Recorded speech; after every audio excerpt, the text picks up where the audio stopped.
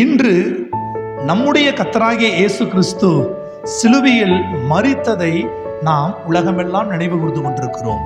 ரோமர் 5:10 இதைத்தான் சொல்கிறது.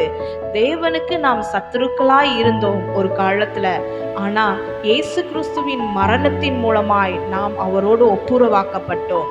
எவ்வளவு பெரிய பாக்கியம்!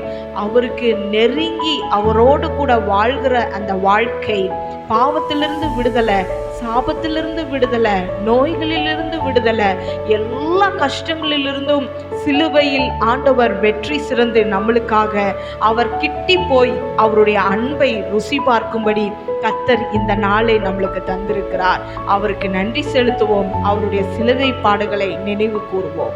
ஆகவே நமக்காக மரித்த இயேசு கிறிஸ்துவின் மரணத்திலே நாம் தேவனோடு ஒப்புரவாகும் பாக்கியத்தை பெற்றிருக்கிறோம்.